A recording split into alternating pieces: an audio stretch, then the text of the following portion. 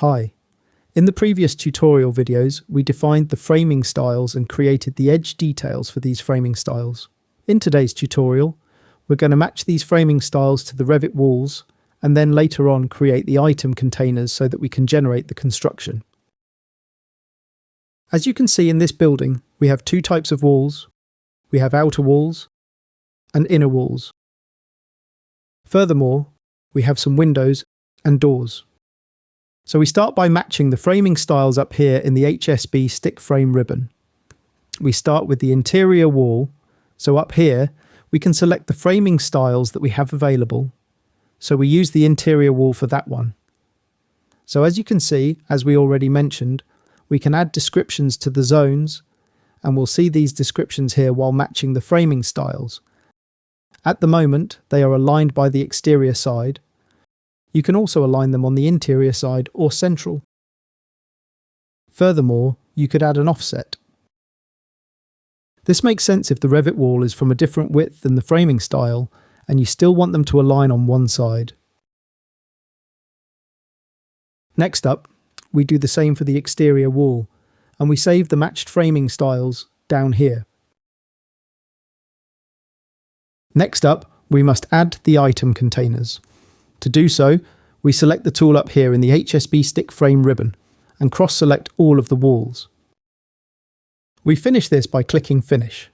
The item containers are really important for hsbDesign to know which walls should be generated.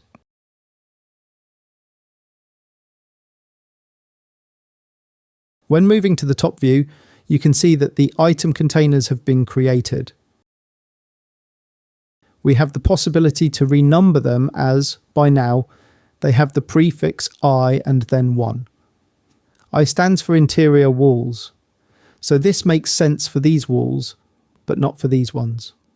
To fix this, we'll open up the item container renumber by using the drop-down menu underneath the item containers. In here, we can use a prefix and a starting number. We set the prefix to E for exterior walls, and with the start number 1, and we'll select the walls one by one. So by selecting the walls one by one, I can decide that this one is wall number 1, this is 2, 3, 4, 5, and 6. And we finish this by clicking Enter. So you'll notice that this is now E1, this is E6, just the way I selected it. So as you can see, the interior walls have two high starting numbers, so we use this command again. This time we're using I, and the starting number again is number 1, and we select them one by one. So this will be 1, 2, 3, and 4, and finish by clicking Enter. So once this is done, we can start generating the construction. To do so, we can either just select the item container and then select Generate in the Modify ribbon, or we use the Generate icon in the hsbStickFrame ribbon, and afterwards cross-select all of the item containers and click Finish.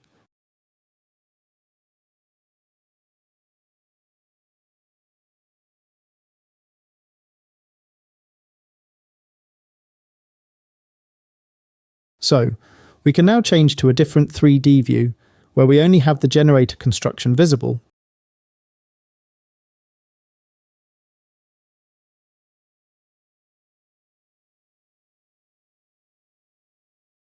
So, we have a few more tools for the item containers. You can create item containers for linked elements. You can add elements to item containers. And this makes sense specifically if you, for example, have some connectors in the wall and you want them to be shown in the shop drawing as well. So, we'll use this command in a later video. Of course, you can also remove elements from the item container, and you can do the same for linked files. On top of that, you have the option to lock item containers. To do so, select this tool, and afterwards, select the item container that you want to lock. A locked item container is red. What this will mean is that you can't generate this item container. This makes sense if, for example, you would change something in the framing style and you want to generate all of the other walls again, but you specifically don't want to have these changes for this item container. So, by locking it, you could still cross-select it in a big model.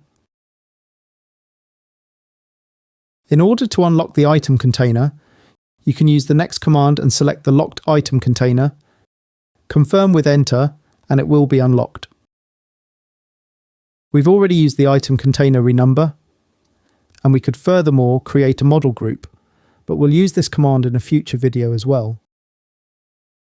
When selecting an item container, you also have the option in the properties to lock the item container, which does the same as with the tool, and you can flip the icon.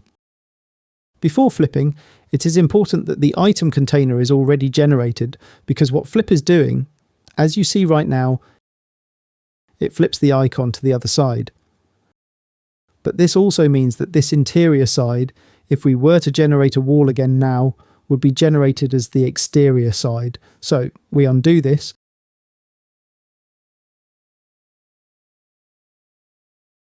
And now, this is again the exterior side because the icon is on this side. I hope this video helped you get an introduction to item containers and how to use them in your design process. See you in the next tutorial video.